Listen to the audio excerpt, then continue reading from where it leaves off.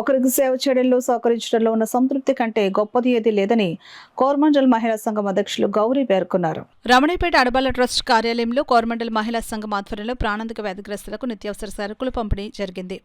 ఈ సందర్భంగా సంఘం అధ్యక్షురాలు గౌరీ మాట్లాడుతూ ఒకరికి సేవ చేయడంలో సహకరించడంలో ఉన్న సంతృప్తి కంటే గొప్పది ఏదీ లేదని అన్నారు. మనిషి జీవించడానికి ఆహారం ఎంతో అవసరమని, ముఖ్యంగా ప్రాణాంతక వ్యాధిగ్రస్తులు మరింత అధికంగా పోషకాహారం తీసుకోవాలని అన్నారు. ప్రతి నెల ప్రాణాంతక వ్యాధిగ్రస్తులకు తమ సంఘం తరపున నిత్యావసర సరుకులు అందజేస్తున్నామని గౌరీ తెలిపారు. ఆధ్యాత్మికవేత్త డాక్టర్ శిరీష మాట్లాడుతూ మానవ సేవయే మాధవ సేవ అనే సద్భావంతో మంచి పనులు చేస్తున్న కోరమండల్ మహిళా సంఘం సభ్యులు అభినందనీయులని అన్నారు.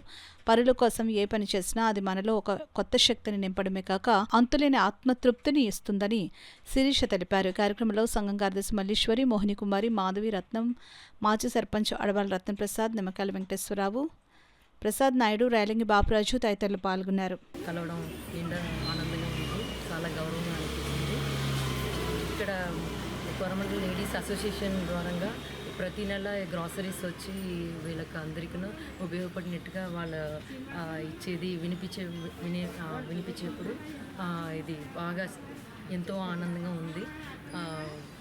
నాను ఈ సర్వీస్లో భాగంగా ఉండడం చాలా గౌరవంగా ఉంది.